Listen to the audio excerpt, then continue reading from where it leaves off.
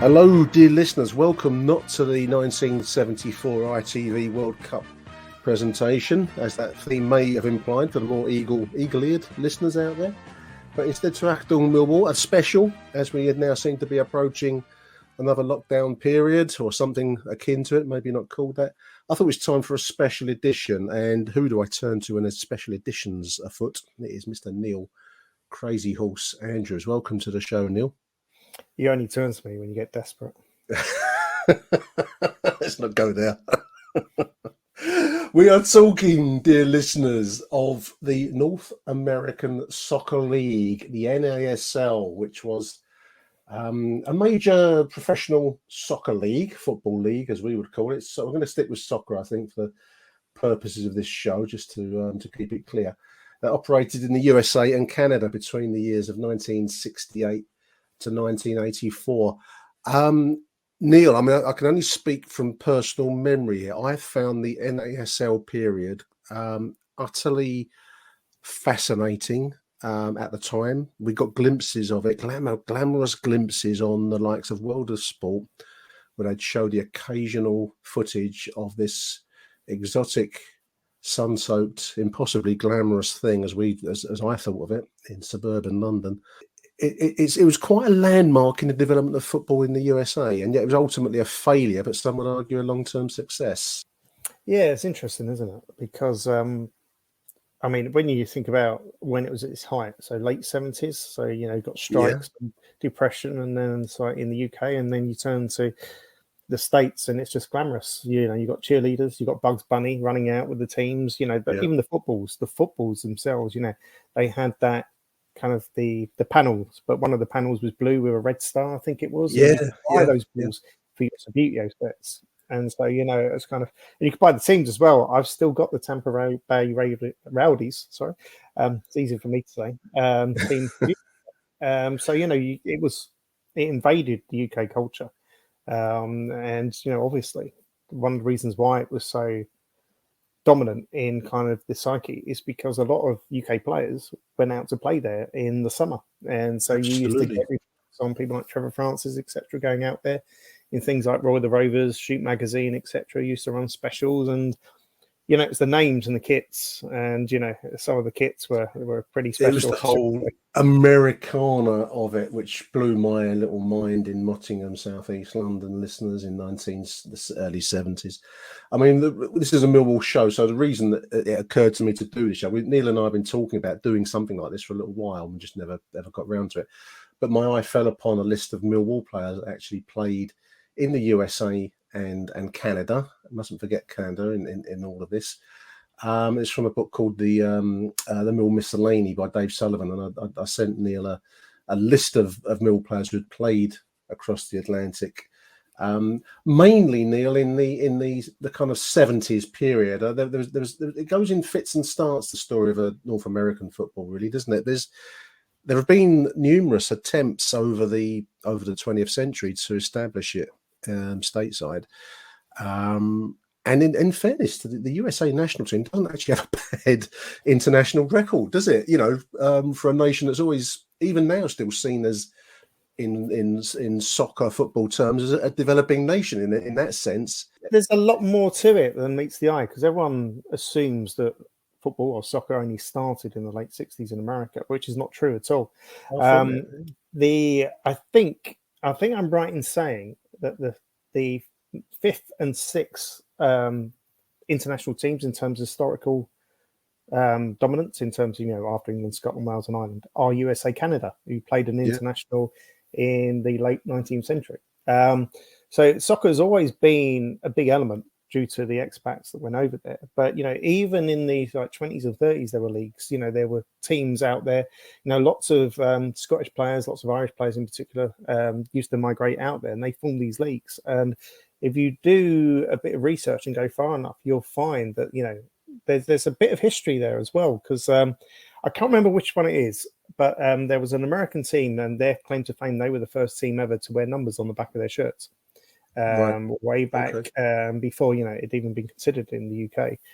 You know, and they're great names like Bethlehem Steelers and things like that.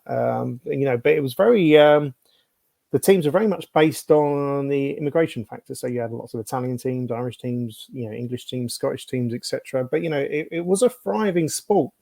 Then after the Second World War, it kind of disappeared a bit, and then in the late 60s, there was a number of initiatives to get it moving again. So there was actually 2 professional leagues at the time. It was a fantastic bit of marketing, like you would expect from America, but there was the USA, which was the United Soccer Association. And then there was the North American Professional Soccer League, or the National Professional Soccer League. I think it was the NPSL. And they actually had 2 rival leagues running in 1967. Now, the USA, as it was known, actually imported teams from overseas. So there was Wolverhampton Wanderers went out. I think it was Dundee United went out over there. And of course, the famous thing about that is Dundee United went out over there, played in Orange and Black, came back and adopted that as their own strip. But the rival one, the NPSL, they actually imported players, lots from Yugoslavia, lots from South America, lots from the Caribbean, and formed a rival league. The key thing between the 2 was that one of them had the TV contract with CBS, but one of them had the what's the word I'm looking for? The authority to play or form of the sanction league. Of I think the one was sanction. That's the word I was looking for. The FIFA permission to exist, almost. Which is quite valuable.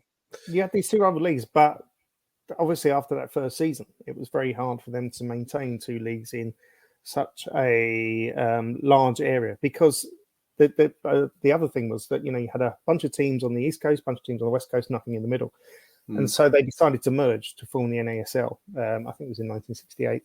And so bought the TV contracts, bought the sanctioning from FIFA, and you had, I think it was a 17-team league.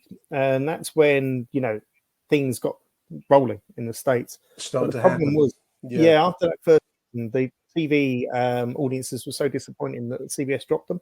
And they dramatically went down to, I think it was 5 teams, because a lot of these owners, they had 2 problems. One was that they had own sports stadiums they tried to fill outside of the American football season.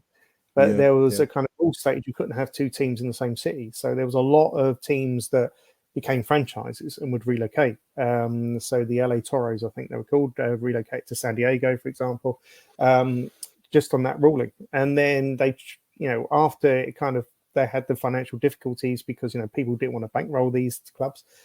They got rid of all the professionals. So for a couple of years, you just had, 3rd and 4th division players who went over looking for contracts and essentially American college kids. And so the quality wasn't that good. But there were some fascinating stories. There was one team, it was Dallas, I think it was, who actually went on a world tour. And so this Hungarian manager put together this team of Europeans who'd never even visited America, never even stepped foot. So it was kind of youngsters from kind of the lower leagues in England, Scotland, Sweden, and the continent. And they all dressed in cowboy outfits, even though no one was American. They toured the Far East. They toured everywhere, basically. They played army teams. They played, teams in Japan, etc. I think they lost every game. They came back to start the regular season, obviously knackered. They'd lost a few players along the way. And I think they only won 5 games all year, and that the manager was sacked. Not good for performance. It was kind of, it was one of those things where the razzmatazz was there from the start. But it was after they merged, there was a guy called Phil Woosnam who played for Aston Villa. He was a big name at the time, and became the director or administrator of the entire league. And he was the one that kind of worked out how to get it to appeal to the American audiences, and that was basically pinging people like Pele out of retirement, getting Bobby Moore out there, Franz Beckenbauer, which in turn led to some great quotes. Like, there was always the one when Franz Beckenbauer was playing for the York Cosmos. One of the owners turned around to the manager and said, "Get that crowd further upfield. We're not paying him to defend." Completely missing the point. My favorite anecdote I've ever come across, they used to award like American football the MVP each year. Most valuable player. And there was an American called Steve David, not Steve Davis, the snooker player, but Stephen David, who won it in 1975 for his goals. And then the following year, when they had the bicentenary kind of tournament where England, Italy, and Brazil went out there and played Team USA, which featured Bobby Moore and Pele. Yeah, that's right. One reporter asked Steve David what it would be like to play alongside Pele, and he actually turned around deadpan in all seriousness and said, "Well, perhaps you should ask Pele what it's like to be, playing with Steve David, because I'm the MVP." And it's like, his ideas above his station. Yeah. Wonderful stuff. I mean, the as you say, I mean, it began in '68, the NASL, and really took off, I think, from probably the mid to late '70s. This was it's hard to describe this back to kids now, because we live in this digital age, Neil, where everything is watchable live and all the time. I mean, pretty much sport is now a 24/7 thing, for better or for worse. There's arguments for both, but I can't explain to the modern ear the impossible glamorousness of it all, the sun-soaked stadia, the names, the kits, the fact that you have, I mean, you've mentioned Pele. I'm just looking at Wikipedia, with Johan Cruyff would play out there, George Best would play out there, Gerd Müller, Beckenbauer, Carlos Alberto. These were all arguably coming towards the end of their career, looking for a payday, but it just created this scene in the USA where, there's this constant thing in English football that we were kind of grey days played by grey people, weren't we? And out there, the California Surf met the Tampa Bay Rowdies, and it was all like the future. And there was something to it. I mean, I always loved to see these little snippets. You didn't see much of it on British television, listeners, but you did get bits on that kind of post-wrestling, or just before to the wrestling, on World of Sport. They would show foreign sports, wouldn't they? And you get a bit of NASL from time to time, which gave you this tantalising glimpse of a parallel universe played in exotic places like San Diego and whatever. Yeah, well, there was the glamour there as well. There's a great book about it. Rock and Roll Soccer, it's called, funny enough. And the reason why you've got it there, I see it. I have got it, yeah, but by Ian Plenderer. And the reason why it's called Rock and Roll Soccer, because you had a lot of rock stars get involved. So Elton John got involved. Rick Wakeman got involved. Did he? I didn't know that. Rick Wakeman got involved as well, and he said, "I spent an awful lot of money, but I had a lot of fun doing it." He owned a franchise as well. But then you got, I don't want to use Jimmy Hill in the same context, but I'm going to use Jimmy Hill in the same context. And Rick Wakeman, there's a sentence really gets said. Yeah, so he out there, he took Trevor Francis out there with Detroit. Yeah. And lost a lot of money, and then he went to Washington. I think the Washington Diplomats, and lost a lot of money trying to kind of sell this kind of to the Americans. And it was a common thing to see rock stars and people turn up to these events, and actually own the teams. But then, like you said, you had lots of players that went out there, big names that went out there. Johan Cruyff, George Best, obviously, who was actually described as the best player ever to play in the league, believe it or not. But it was also interesting for some of the names that also went out there at the beginning of their careers. Like Peter Beardsley was out there, Bruce Grobbelaar was out there. Graham Souness went out there when he was very, very young. And obviously Gordon Hill went out there as well. We mentioned Trevor Francis. Peter Withe was out there. Although I don't think Peter Withe had a good goal scoring record. But you also got people like Derek Smithhurst who went out there. And a few of your older listeners will remember Derek Smithhurst and remember his, should we say, a lack of proficiency in front of goal. Anyone that's watched the big match revisited against Portsmouth will testify to him missing sitters. But he went out there and found his shooting boots. And, he got to the point where he was top goal scorer with the Tampa Bay Rowdies, I think it was, for a number of years. And he was an enormous success in the States. But that happened quite a lot. There was a lot of players that went out there who, didn't find their shooting boots, but would get a lot of assists. But for the Americans, it was all about the goals. So it was like this weird thing where, if you were, one of these strikers, a bit like Gary Lineker, who would just tap it in, you were a superstar kind of thing. But, it was kind of, there was quite a few hit and miss stories, should we say. I mean, we were just saying before we began to record, listeners, I mean, the one thing that really struck me as I was looking through the Wikipedia page, Neil has also sent me a link to a wonderful website called Fun While It Lasted. That's all one word, funwhileitlasted.net, which has a load of information. I think that book that you just mentioned there is one's based on the other or the vice versa. It's well worth a look. The book looks fascinating if you like myself, love this kind of stuff. But one thing that struck me was 1978. The league's most valuable player was Mike Flanagan of Charlton, a middling kind of winger come striker. No one's most valuable player in England, but a superstar for the season in the US. Who says the American dream's dead? It's funny to say that because you've got to put it into context, though, because back in the day, people just used to look at the goal scorers. And so to be MVP, they put in the goal scorers, the assists, most minute played, etc. It was all done statistically like you see it now in the Premier League. So it was, to give him his due, he probably found his feet against college boys, a bit like Kerry Dixon playing for England. But you've got to remember as well that although it's mocked, some of these teams had big success against major European opposition. The most famous. These were decent players, Neil. These are decent players. I'm just dwelling on Flanagan for a moment. For me, 1976 most valuable player in the league is Pele, a World Cup winning superstar, iconic figure. Franz Beckenbauer, another World Cup winning superstar. Mike Flanagan, 1978, and then Johan Cruyff in 1979. Mike Flanagan is sandwiched by Beckenbauer and Cruyff in that list. I would live on that. If I was Mike Flanagan, I would dine out on that. It was something you wouldn't be familiar with. But you've got to remember. I know it's mocked, but the most famous win, I think, was the Atlanta Chiefs when they beat Man City 3-2, and Man City were the league champions. And Malcolm Allison was saying it was a fluke. We were tired, and I think they played them again and lost again. But when you look at some of the victories they had against Hamburg, etc., and Paris Saint-Germain, that was with people like Cruyff in the side. But even later on, Manchester United lost to Toronto Blizzard in the early 80s. And it's kind of, they had decent teams. But the perception is it was a bit of a lesser league because it was in America. I think there was there's a tendency, and I'm striving not to fall into this trap. And listeners, forgive me and Neil if we have, because I don't think it's fair on the US football to fall into this trap. But there was a tendency at the time, certainly, to see it as a slight kind of if not a joke.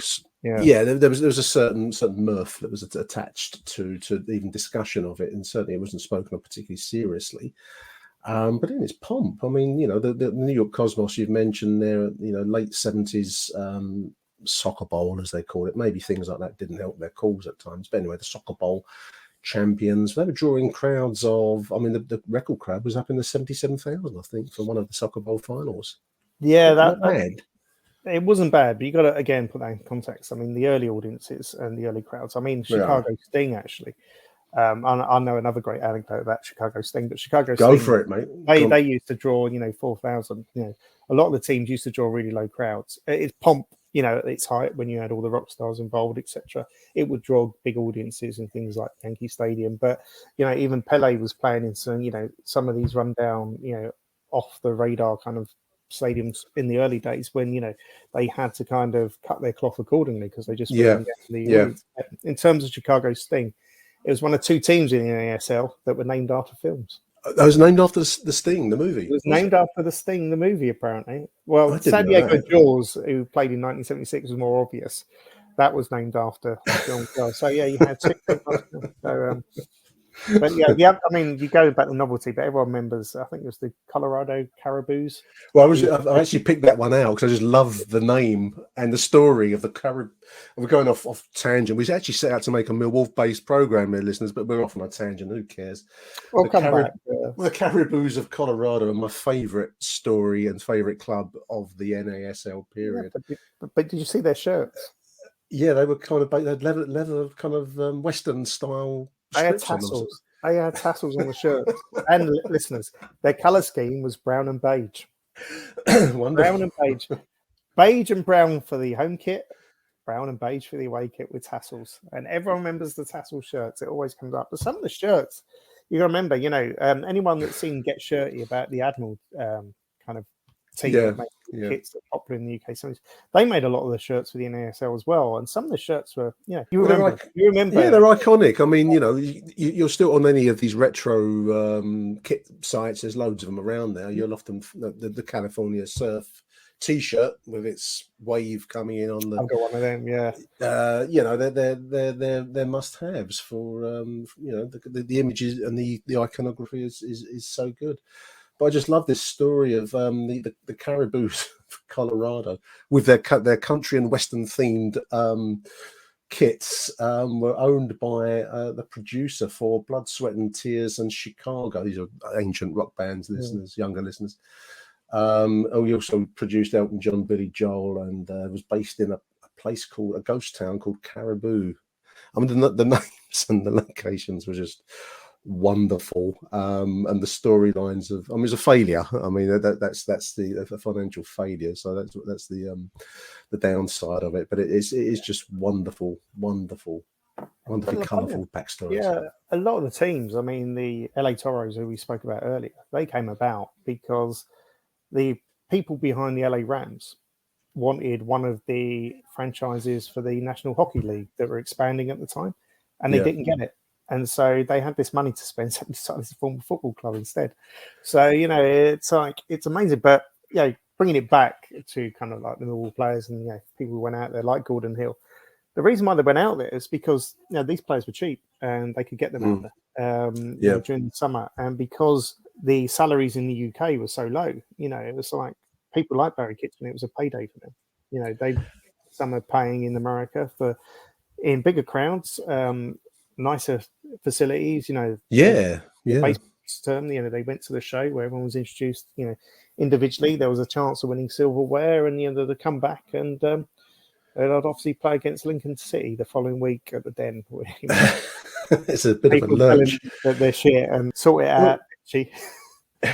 One thing I do remember from the mid-70s, and I suppose this idea still exists to some extent, was that America was this vast, untapped soccer, and then he said football, soccer market, and it was going to be a superpower of soccer once the game took hold and took root. Obviously, historically, the sports of choice in the US have been baseball and American football, as we call it. The NASL was a real attempt they went down the route, and I suppose there's two ways you can take this. One is you try and develop the homegrown talent, which is longer term, and I think that's the route that the MSL, the Major League Soccer now, MLS, takes now, trying to develop homegrown players, Neil, as against the star route where you bring in these names often, players at the back end of their career to come and bring some reflected glamour from where they've achieved elsewhere. And I think that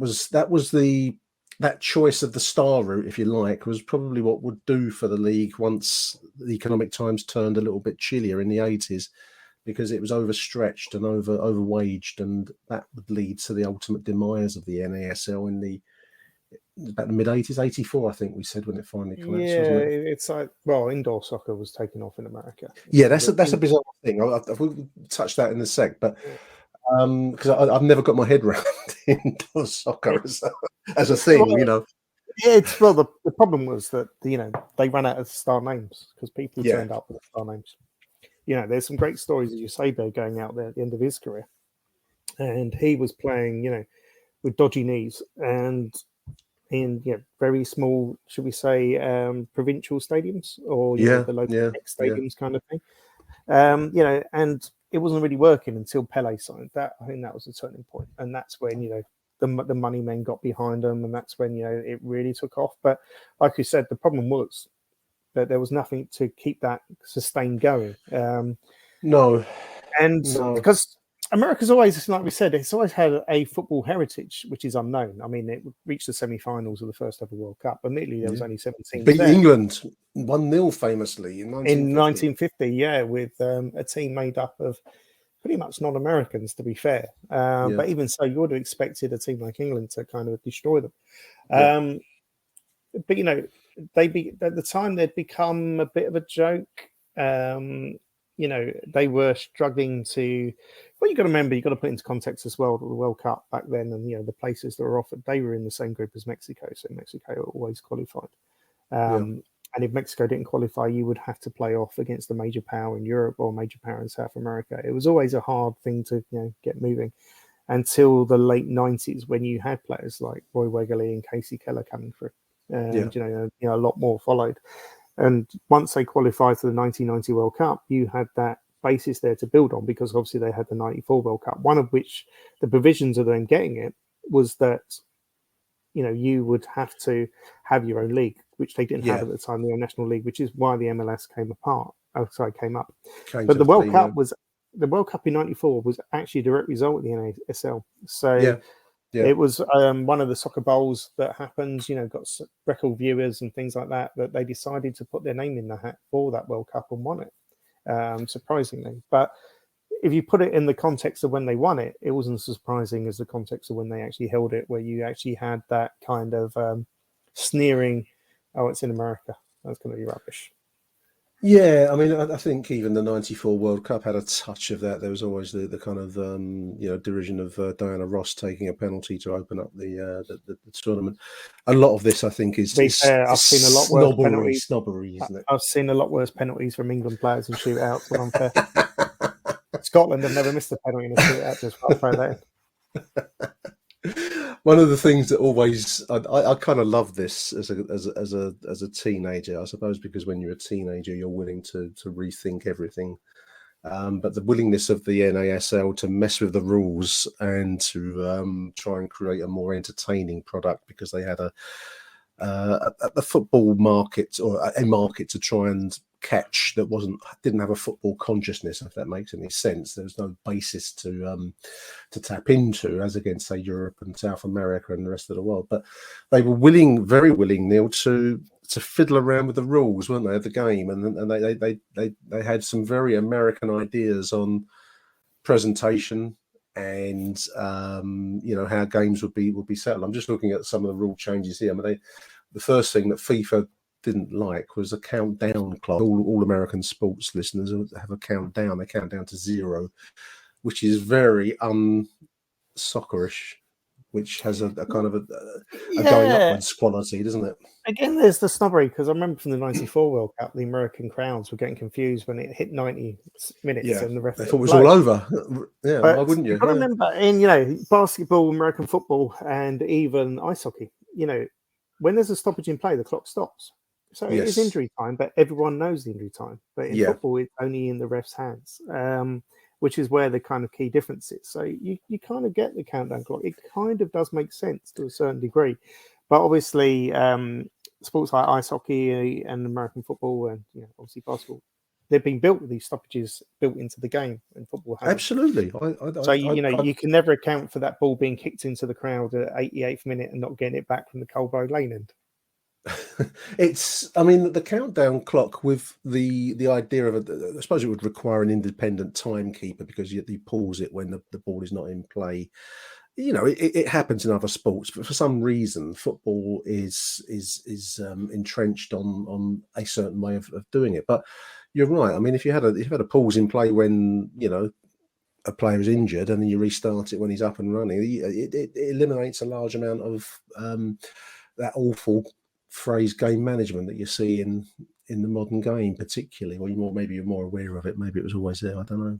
Well, they're different sports. And if a puck goes out in ice hockey, the clock stops automatically. You can't do that in football, because you get throw-ins and what have you. So you kind of, you can't apply rules to everything in the same way. But one of the ones I find interesting was the 35 offside rule. That yard, that line that went across the pitch that you only ever saw on a speedo pitch. So different rules. So right. You could only shoot in that area, but they kind of tried to tamper with that, which was interesting as well. So just to explain, this was a line across the half, 35 yards, as Neil has said.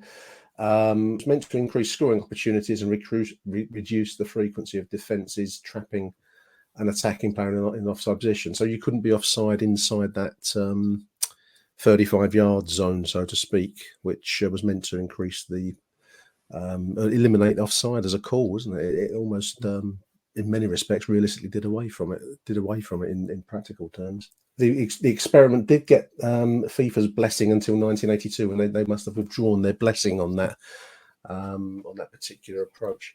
I always thought that was an interesting idea. We're all wedded to offside. I'm not sure it always makes for a great spectacle, but this was all about increasing the spectacle, wasn't it? It was. I mean, again, it was all about novelties and things like that. That's, I mean, obviously with my goalkeeping hat on, one of my favourite kind of gimmicks was when they got Gordon Banks to play out there with one eye. It was kind of come see the one-eyed goalkeeper. But, as Gordon Banks said, when he first went back into the sticks with Stoke, he'd lost his perception. But he actually said that, he got a coaching position, and the more he trained, the better he became with one eye. But, he could adjust to it. He got a final payday. So it sounds, a bit sick kind of thing. But, there's a great picture of him, coming out onto the pitch on the back of a motorbike, police motorbike, like you saw in Chips. Speaking of Chips as well, there's a great one where him and the rest of his teammates were advertising a fish and chip shop in wherever it was he played. I can't remember where Gordon Banks played. We'll have to have a look at that. We'll check that out in a sec. I mean, the other rule I really liked, and I don't even know why we don't even think about it now, is they modified the penalty shootout, because in American sports, listeners, I'm telling you, you don't know, you don't have any draws. You have winners or losers. Maybe that's a very American idea. You're a winner or a loser. And to settle any league game, they had it was akin to a shootout. The ball was rolled to the player in the centre circle, and I think he got 5 seconds to round the goalkeeper and score. Wasn't it from the 35-yard line? It may have been, but it was certainly, from distance. You were given the ball, the goalkeeper could come forwards, and there was this 5 second what should we call it? A confrontation, shall we say, where you either scored or you missed or you put it in the net. It was I thought that's a great idea. I don't know, the penalty shootout is, again, it's become this written in it's holy writ almost now. But that actually, it promoted skill in that you've got to go and actually round the goalkeeper, which is no easy task. And I've always thought it actually was something worth watching, as a method to settle a game. But again, that was taken. I think it was taken from ice hockey. So ice hockey, so best of 5, but only done that way. You've got to take the puck to the goalkeeper and try and score. Great idea. I'd bring it back, listeners. Don't at me on Twitter about that, but I've always enjoyed that. And then they had their own point system in the league, which veered away from the norm as well. Winningest. I've written down an American word here, listeners. The winningest team in the NASL was the New York Cosmos, which I suppose was the glamour powerhouse nil, really, when Pele's home, Beckenbauer's home. 5 wins, 5 soccer bowl championships, and also the biggest attendance, of course, in the NASL's history.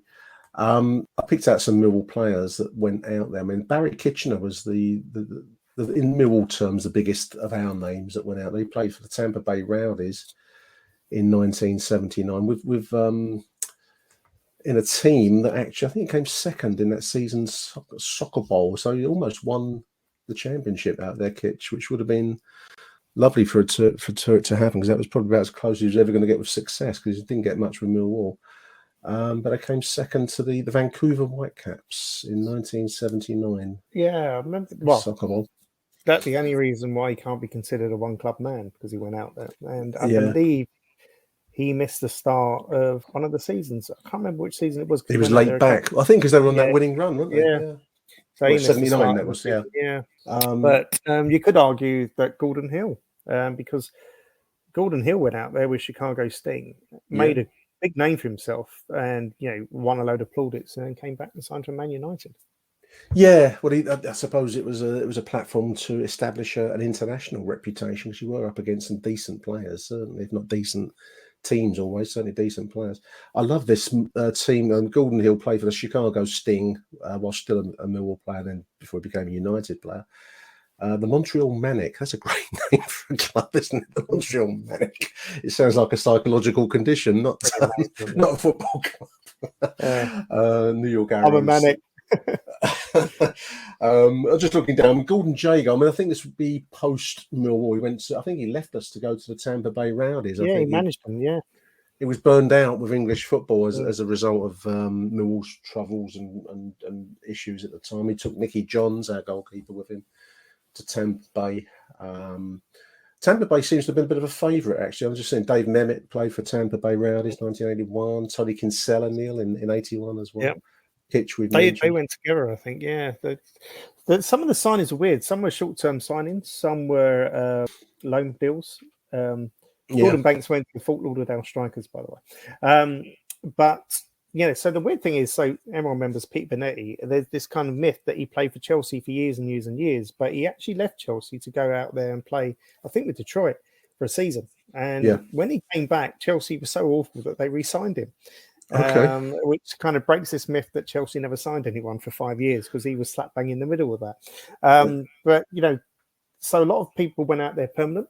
But a lot of the players mentioned how they went out and it was such a life change for them, for their families as well. Absolutely. They Who wouldn't take it? Yeah, I mean, kind of should we say back in streets and northern towns out there to having villas with swimming pools, etc. And I think when we spoke about this before, one of the kind of side effects was that a lot of these teams wanted to promote their clubs, so they used to send the players to do training camps and talk to these youngsters and put them into schools to talk about soccer, etc. And there's quite a few that attribute that kind of exposure to this kind of public speaking to their future success in business, now away from football in later life, that they learned how to talk to people and how to convey a message and be articulate, which if you would have looked at some of the interviews of football players in the 80s, you can understand what we mean by that. But there used to be this phrase that a footballer's brains were in his boots. Very contemptuous phrase, but that was the idea. Of course, I can't remember his name now. He went out there. He's actually now big in Canadian soccer. Derek Posse. Adrian Seria. No, Derek Posse. He went out there, didn't he?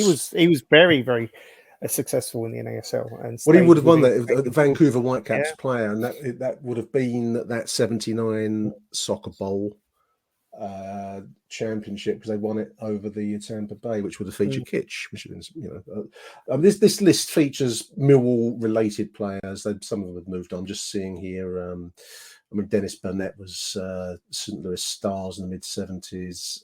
Sam Allardyce. Keith Weller. Yeah, Keith Weller played New England team then, I think it was, and Fort Lauderdale. He Tulsa Roughnecks as well. And I think he was in the Tulsa Roughnecks side that had the worst ever defeat. They came and did a tour of the UK in 1983. I don't know whether Keith Weller was in the side. So they lost 9-1 to the mighty Lincoln City. Bad day at the office for the Roughnecks. Rough day at the office for the Roughnecks. Yeah. Peter Anderson, a legendary manager, who actually, I think, again, it's a similar point to the one you've made, Neil. I think he became quite a successful internet businessman, I think, in Florida. Computer software, I think it was, Tampa Bay Rowdies man in 78 and 80, San Diego before that, but now a successful man in his own right. Is probably, I don't know how much he even thinks about football anymore. It's Jago, we mentioned Nicky Johns, Dave Memmott, Padden, Posse. Bruce Rioch played out there now. Didn't know that. And Seattle Sounders. Was that towards the end of his career? That would be as a player, 1980 and 81. He would have been coming towards the end of his playing career and probably thinking about what comes next at that point. And our own Barry Rowan played out there. Detroit. He did indeed, Cougars, Toronto Metros. He was there in the late 60s, early 70s when, they used to still bring out the team. So, I think one of the, I'm loath to mention them, but one of the trivia bits that I can't remember who they're playing for. I'm going to look this up, dear listeners. Go on. This is one of those weird stats that I'll cut any delay out so you don't have to endure the dead air. The Baltimore Bays beat the Dallas Tornadoes 6-1, and the trivia thing about that was that 3 of the goals were scored by World Cup winners. Right. And they were all from the same team. That's because the Baltimore Bays were actually West Ham United who went out there to play as the Baltimore Bays for the season. Wow. And Jeff Hurst, Bobby Moore, and Martin Peters all scored, and Trevor Brooking got a hat-trick. But the Dallas Tornado are actually Dundee United. So, it wasn't as if they were actually American teams. They were actually importing teams lock, stock and barrel to play as these teams in America. When the league would reach its conclusion, as I said, there was probably an overstretched wages and falling attendances, and it would actually come to a finish in 1984 as the NASL. America does have this rather strange predilection for indoor soccer, Neil, which has never really grabbed the European or British, English, whatever you want to take your pick, really, mentality. But it seems to be a thing out there, and a lot of the teams would mutate into major indoor soccer league, I think, with NASL, which seems to be a thing out there. I've never really seen the attraction of it. I can't watch it on TV. I mean, you see these soccer sixes from time to time on, and the summertime tournament. Sometimes they'll stick, filler sports, as I think of it. But it seems to have achieved some level of popularity out there, doesn't it? It's similar to ice hockey, isn't it? It appeals. I suppose you could play it there, yeah. Yeah, and it's very quick, and there's lots of golf. But it is. I remember the reason why I remember that is because Sputia actually bought an indoor soccer set. No, that was good. I used to have that. That was my dad. I said I wanted Subutio from my dad for Christmas, and he came back with the. It was played on like a board, and it had like rounded corners, and you could shoot around the corner and score a goal down the other end. And that's the Subutio I would have paid good money to watch, but I'm not so sure about the actual indoor side of it. I mean, the soccer sixes, I think, are more aligned. It wasn't like the evening side, five-a-side championship, which we ruled out. We won that 3 times. That's right. We should have kept the trophy. But we were good at the evening standard five-a-sides, and our players really, really went big in North American soccer. Roger Winter went out there, no good at. Roger Winter, who made his name when we did the double of the evening standard soccer. Yep. The five-a-side trophy and the Football League trophy. He actually went out to America and played indoor soccer because it was more suited to his game. The NASL would plant the seed that would go on to allow the 1994 World Cup bid and some measure of national team success for both men. And we mustn't forget the women's sides, Neil, because I think one of the things that planting the seed of soccer, as we're calling it in the US, has been that kind of grassroots. It was seen as a kids' sport and as a women's sport, and it really has achieved some big, large levels of support out there. So, as much as it was probably a financial failure in the end, it certainly led on to bigger and better things, and we see it now with regular live coverage of MLS games on Sky. Yeah. So, I think, but there's an irony there in that. Although it's a financial failure, and ultimately, the popularity in colleges, etc., was quite high. I remember John McEnroe saying, he used to love playing it because there was very few injuries compared to American football or sports like that. And Henry Kissinger was a big fan. There are lots of prominent supporters out there. But like you say, it became the women's team in America. Obviously won the World Cup. World gold medalists, world champions. Yeah, I think, a number of times. And the Hope Solo is great goalkeeper. It's one of the few people you'd say, she could play in the men's game kind of thing. But it's funny you mentioned women's football because this is very controversial, I know, and this could get me into a lot of trouble. This could wreck the show now. What are you going to say? It's good, but the women's Super League in the UK reminds me a lot of the NASL in that you have artificial coverage, you have artificial levels of sponsorship, etc., and the crowds don't equate. So, you get the showpiece games like you did in the NASL, the Yankee Stadium, etc., where you could draw 70,000, and they play at Wembley. But the average gate is about 1,000 people, and it doesn't support the salaries. So it's not me being sexist by any stretch of the imagination. It's just there's a lot of parallels with a league that is overfunded and doesn't pull in the same levels of income, shall we say, at the gate, which is where, women's football in the UK has got to be very, very careful because as soon as, one folds or, someone loses interest and stops supporting that, it has a domino effect and it affects other clubs because all of a sudden, it only takes one club to fold. And then you've got a excess of players that can't find a team. Yeah. and then another club will fold, and you've got an excess of players. You saw it very briefly. I think it was Birmingham City that went out of business, and obviously we had that issue with the Millwall Lionesses. Breakaway club and so on. Yeah. It's the similarities are actually quite funny in many respects, and it's kind of teams being forced to be created because they need to, which was exactly what happened in the NASL, where you had teams created in cities because cities didn't have one, but there wasn't the groundswell of support there to keep it going once the money had, or should we say the interest or the investment had disappeared because people weren't seeing a return on their money. So there's some quite interesting parallels at the moment. This is a wonderful website, listeners. Thank you to Neil for forwarding it. Fun.whileitlasted.net. Do have a look. I think I'd have to play for the Calgary Boomers. I think that's probably my most appropriate team name if I had the talent to play for any club, or possibly the Caribous of Colorado with my country. You'd look good with the tassels. Definitely good with the tassels. Wonderful stuff. Really enjoyed that conversation, Neil, about the NASL. Wonderful days, and a long while ago now it seems, but somehow it still resonates after all these years. Huge thank you to Neil Crazy Horse Andrews. The name of that book again, Neil, what was that one that you got there? It was Rock and Roll Football. Rock and Roll Soccer: The Short Life and Fast Times of the North American Soccer League by Ian Plendereth. Check it out, listeners. There is another one. I think it's called Soccer in a Football World, which was published by When Saturday Comes. David Wangerin, I think his name was. They're both really good books on. Well, the first one is specifically aimed at the NASL. It has a bit of history, but the Soccer in American World, if you want to learn about football before the wars, that's an interesting read as well. It's a wonderful. Just my eyes fallen upon. Just looking at the list of clubs under in the Fun While It Lasted site, listeners, and there's a reply from a chap here regarding a footballer, Ronnie Sharp, who he lists as a former professional player, played in the NASL. And Ronnie Sharp played. He played up north somewhere, someone like Tranmere Rovers. Well, this is a little short bio. Ronnie was born in Scotland and played for a junior side. I'm going to guess he came from Glenrothes.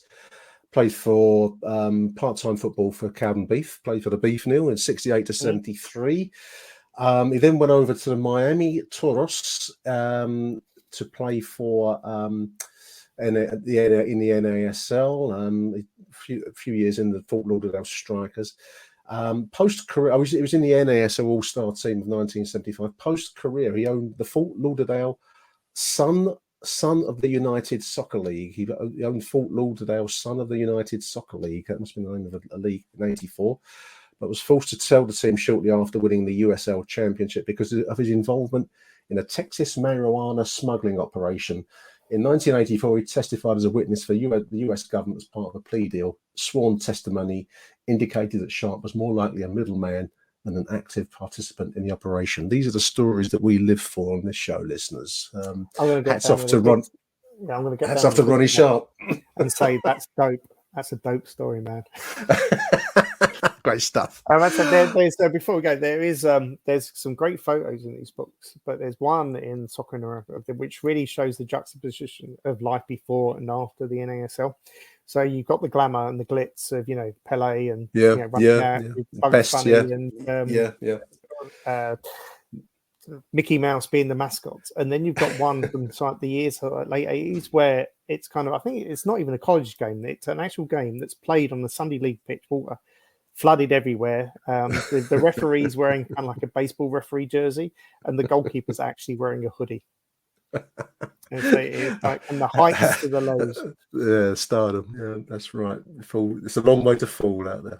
Very wonderful stuff. Really, really enjoyed that, Neil. The NASL and its Millwall linkages. I hope you enjoyed this, dear listeners. We're going to try and put a few other shows together. We've already been cooking up one or two off air with Neil. So if you enjoyed this and expect more, if you don't like it, don't listen to me, I suppose. Run away.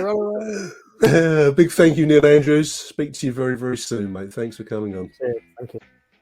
The rallies one here, the rallies one there, they kick the wall around. The rallies one here, the